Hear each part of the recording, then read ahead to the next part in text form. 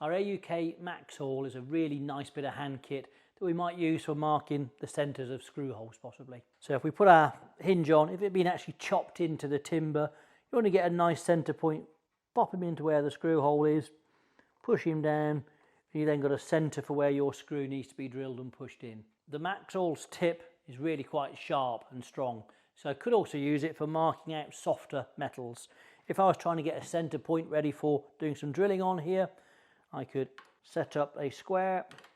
Once you've marked out your centre with your awl, you can then use this spring punch, get it to your centre, and now you've got your centre for drilling with. The Max Awl will fit well with our INCRA tiny T rule or the other sizes.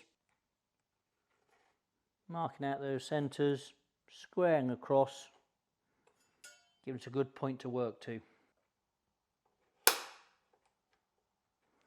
If you're interested in our AUK Max Awl, check us out on woodworkersworkshop.co.uk and remember to have a look at us on social media.